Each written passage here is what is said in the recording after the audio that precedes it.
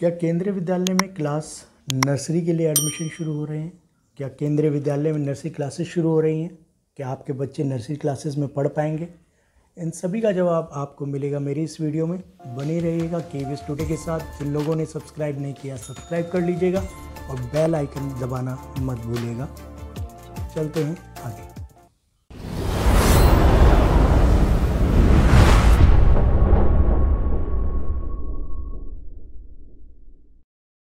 विद्यालय संगठन ने केंद्रीय विद्यालय संगठन के अंतर्गत जितने भी रीजन्स आते हैं, जितने भी संभाग आते हैं, सभी को लेकर लेटर इशू किया गया 27 सितंबर 2022 को। और उसके अंदर बाल वाटिका क्लासेज ऑन पायलट बेसिस पर जो सेलेक्ट केवीज हैं उसमें शुरू करने का प्रावधान किया गया। और ये क्यों शुरू की जा रही हैं? क्योंकि NEP 2020 जो है, यानी कि नेशनल एजुकेशन पॉलिसी 2020, उसके अंतर्गत इस चीज़ का प्रावधान है। इसके अंदर प्री प्राइमरी क्लासेस शुरू करने का प्रावधान है और उसी के अंतर्गत ये क्लासेस शुरू की जा रही हैं। अब इन्हें नाम क्या दिया जा रहा है? इन्हें नाम दिया जा रहा है केंद्रीय विद्यालय के अंतर्गत बाल वाटिका 1, बाल वाटिका 2, बाल वाटिका 3। आप साधारण शब्दों में समझ सकते हैं कि नर्सरी क्लासेस, KG, LKG। तो यहाँ बाल वाटिका 1, जिसे हम नर्सरी क्लासेस कह सकते हैं, उसमें 3 से 4 साल तक का बच्चा चाहिए। बाल वाटिका 2 में 4 साल से 5 साल तक का बच्चा इसमें चाहिए और बाल वाटिका 3 में 5 साल से 6 साल तक का बच्चा इसमें एलिजिबल है। और यहाँ ध्यान रखिएगा इस चीज़ का कि 31 मार्च 2022 तक वो इस उम्र को पूरा करे, उससे ऊपर ना हो। यानी 4 साल तक की, 5 साल तक की जो उम्र है या 6 साल तक की जो बाल वाटिका 3 के लिए है, वो 31 मार्च 2022 से ज़्यादा ना हो। अब इनका एडमिशन होगा कैसे?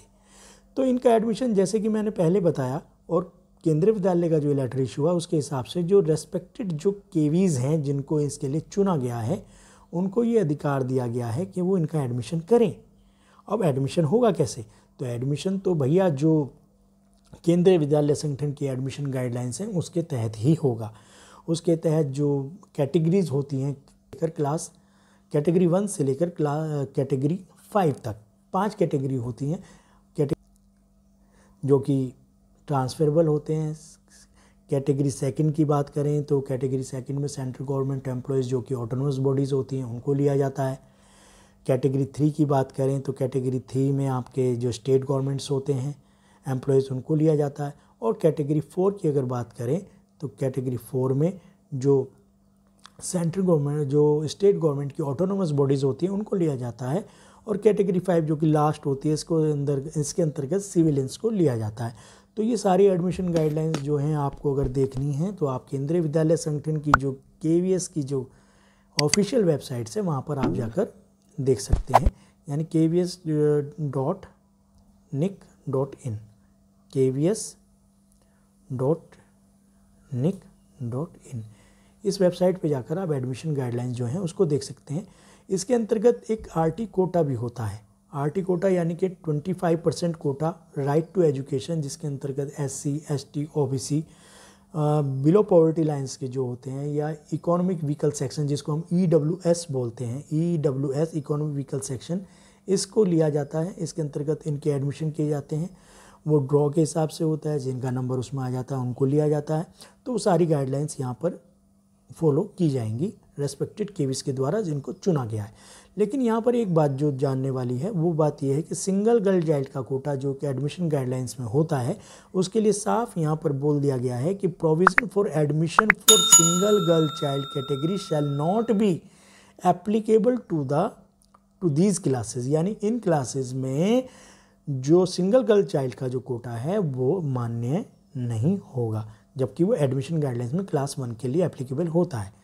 खैर, ये इनके अधिकार क्षेत्र की बात है, इसमें हम नहीं कह सकते हैं। तो एडमिशन का मैंने बताया कि किस हिसाब से होगा, और ये रिस्पेक्टेड केवीज, कुछ केवीज ने निकाल भी दिया है। तो एक केवी जो है केंद्रीय विद्यालय नरेला, जो कि दिल्ली में है, जिसको इसके लिए चूज़ भी किया हुआ है, मैं उसकी वेबसाइट पे ले चलता हूँ आपको।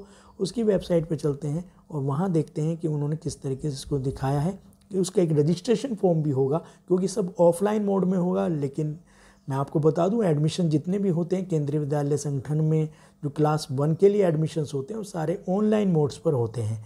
यानी उनके जो फॉर्म्स होते हैं ऑनलाइन आते हैं, जो अभिभावक होते हैं, पेरेंट होते हैं, वो ऑनलाइन भरते हैं, लेकिन ये जो फॉर्म्स हैं ये ऑफलाइन मोड पर रेस्पेक्टेड केवीज निकालेंगे, अपने स्तर पर उसका एडवर्टाइजमेंट निकालेंगे, उसका रजिस्ट्रेशन फॉर्म निकालेंगे, उसकी अंतिम तिथि निकालेंगे और सिलेक्शन का जो प्रोसेस है जो एडमिशन गाइडलाइंस के तहत है उसको फॉलो करेंगे। तो चलते हैं नरेला की वेबसाइट्स पर।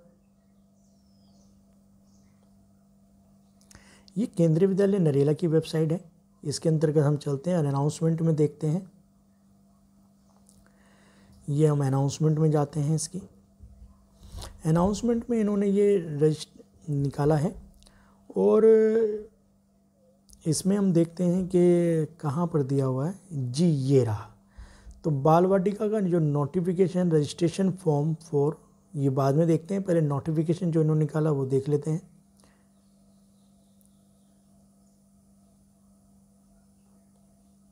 ये रजिस्ट्रेशन निकाला कि सभी अभिभावकों को सूचित किया जाता है कि विद्यालय में बाल वाटिका 1, 2, 3 कक्षाओं में सत्र 2022-23 के लिए प्रवेश होना है। इन कक्षाओं में प्रवेश हेतु पंजीकरण ऑफलाइन मोड पर किया जाएगा। पंजीकरण फॉर्म केंद्रीय विद्यालय नरेला की वेबसाइट से भी डाउनलोड किया जा सकता है। जैसा मैंने आपको बताया कि ऑफलाइन मोड होगा तो वहाँ से वेबसाइट से फॉर्म भर के ये क्या करना है कि भरे हुए पंजीकरण फॉर्म को सभी आवश्यक दस्तावेजों सहित विद्यालय में निम्नलिखित तिथियों में जमा करना अनिवार्य है। तो इसी तरीके से जितने भी केंद्रीय विद्यालय जिनको चूज़ किया गया है वो रेस्पेक्टेड जो केवीज हैं वो अपने स्तर पर इस तरीके का एडवर्टाइजमेंट निकाल के उसके हिसाब से अपनी एक डेट डिसाइड करेंगे और अभिभावकों का जो पंजीकरण फॉर्म है उसको जमा करेंगे। उसके बाद प्रोसेस फॉलो करके एडमिशन का जो स्तर है, एडमिशन का जो प्रोसेस है उसको पूरा करेंगे। अब चलते हैं इसके एडमिशन फॉर्म की ओर। और ये जो देख लीजिए आप कौन कौन से डॉक्यूमेंट चाहिए इसके अंतर्गत। जो रेस्पेक्टेड केवीज को चाहिए बच्चे का प्रमाण पत्र, अभिभावक का निवास प्रमाण पत्र जिसको डोमिसाइल कहते हैं, और बच्चे का जाति प्रमाण पत्र यदि वो SC या ST या OBC से है तो उसको वो उससे संबंधित दस्तावेज। और क्योंकि मैंने आपको बताया कि एडमिशन गाइडलाइंस वही फॉलो की जा रही हैं जो एडमिशन के तहत जो केंद्रीय विद्यालय संगठन ने डिसाइड की हैं, और उसमें मैं आपको बता दूं कैटेगरी 1 to 5 होती हैं और मैंने आपको बता दिया 5th कैटेगरी सिविलियंस के लिए होती है। तो जो गवर्नमेंट जॉब में एम्प्लॉयज़ हैं उनको अपना एक सरकारी सेवा या व्यवसाय संबंधी दस्तावेज जो है वो वहाँ पर देना पड़ेगा। ये सिर्फ जो गवर्नमेंट जॉब वाले हैं उन्हीं के लिए ये मान्य है, उन्हीं को अपना जमा कराना पड़ेगा।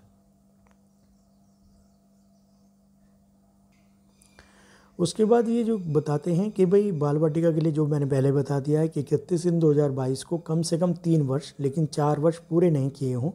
बाल वाटिका 2 में प्रवेश के लिए 31/3/2022 को 4 वर्ष पूरे हों लेकिन 5 वर्ष पूरे नहीं किए हों। और बाल वाटिका 3 के लिए अगर बात करें तो बाल वाटिका 3 के लिए प्रवेश हेतु उम्र जो होगी वो 31/3/2022 को कम से कम 5 वर्ष लेकिन 6 वर्ष पूरे ना किए हों। और ये पंजीकरण जो फॉर्म है इसको भरने के बाद ये कोई गारंटी नहीं है कि ये एडमिशन हो गया है, क्योंकि नियम जो हैं केंद्रीय विद्यालय के जो रिवाइज जो है प्रवेश निर्देशिका यानी एडमिशन गाइडलाइंस जो हैं उनको फॉलो किया जाएगा। उसके हिसाब से अगर आपका नंबर आता है तो विद्यालय आपको इनवाइट करेगा एडमिशन करने के लिए। और पंजीकरण फॉर्म सिर्फ एक प्रोसेस है, एडमिशन का फर्स्ट स्टेप है, ये कोई गारंटी नहीं है कि आपका एडमिशन कंफर्म हो गया है।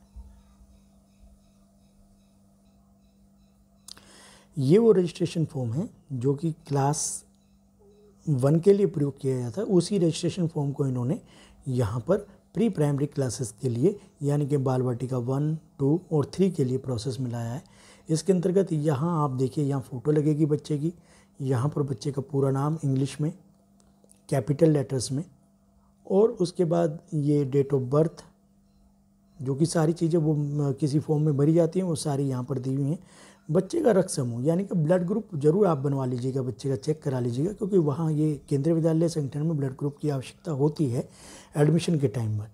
बच्चे की संबंधित श्रेणी यानी कि वो SC है, ST है, OBC है, जिस भी श्रेणी में है उसका वो सर्टिफिकेट होना चाहिए। अदरवाइज़ एडमिशन के वक्त वो सर्टिफिकेट चाहिए होता है। अदरवाइज़ एडमिशन में अगर आप कैटेगरी वाइज आपका नंबर आता है तो उसमें फिर एडमिशन रद्द भी हो सकता है इसके अभाव में। तो आप उसका प्रोसेस जो है यानी कि जो सर्टिफिकेट है, जो कैटेगरी सर्टिफिकेट है SC ST या OBC, उसको आप ज़रूर बनवा कर रखें बच्चे का। उसके बाद बच्चे की जो इन्फॉर्मेशंस हैं बाकी वही सब हैं, बच्चे की माता का नाम, पिता का नाम, राष्ट्रीयता, ये तो इंडियन ही सब भरते हैं, व्यवसाय जो भी है, गवर्नमेंट जॉब है तो उसका सर्विस सर्टिफिकेट ज़रूर बनवा लीजिएगा। अगर वो लोग आप नहीं बनवाते हैं तो फिर एडमिशन के समय में दिक्कत आती है, और गवर्नमेंट जॉब के लिए ज़रूरी चाहिए होता है ये, आप ज़रूर बनवा कर रखें। कार्यालय का नाम हो गया, पूर्ण आवासीय पता, विद्यालय से दूरी आपकी कितनी है, और अगर 5 किलोमीटर वाली रेंज में आते हैं तो उसको कंसीडर पहले किया जाता है।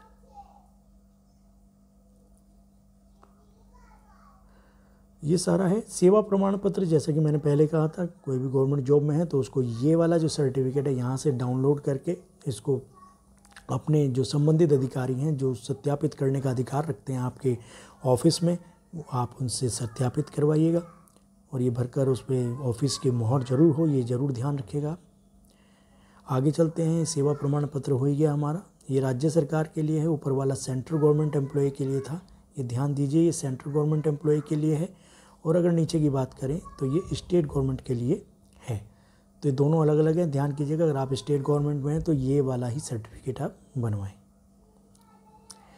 अब बात करते हैं स्थानांतरण की। केंद्रीय विद्यालय संगठन में जो स्थानांतरण की प्रक्रिया होती है, जो प्रक्रिया मतलब जो अभिभावक होते हैं जिनके स्थानांतरण हुए होते हैं पिछले 7 साल में, ये देखिए यहाँ दिया भी हुआ 7 ईयर्स में, जिसके सबसे ज़्यादा ट्रांसफ़र होते हैं उनको पहले प्रायोरिटी मिलती है। लेकिन सिर्फ कहने से नहीं होगा, अपने ऑफिस से आपको इस फॉर्म के अंदर भरवाना होगा और सत्यापित कराना होगा कि आपके पिछले 7 साल में जहाँ जहाँ एडमिशन हुए हैं, क्योंकि पिछले 7 साल में जिसके ज़्यादा एडमिशन ट्रांसफ़र हुए होते हैं उनको पहले प्रायोरिटी मिलती है, उनके बच्चों को पहले प्रायोरिटी मिलती है।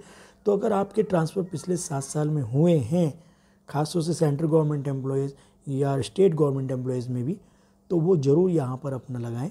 और 20 किलोमीटर का क्राइटेरिया होता है, उससे ज़्यादा जो होता है उसको ही यहाँ पर प्रायोरिटी मिलती है, उसको ही ट्रांसफ़र में काउंट किया जाता है। 20 किलोमीटर के ऊपर का होना चाहिए।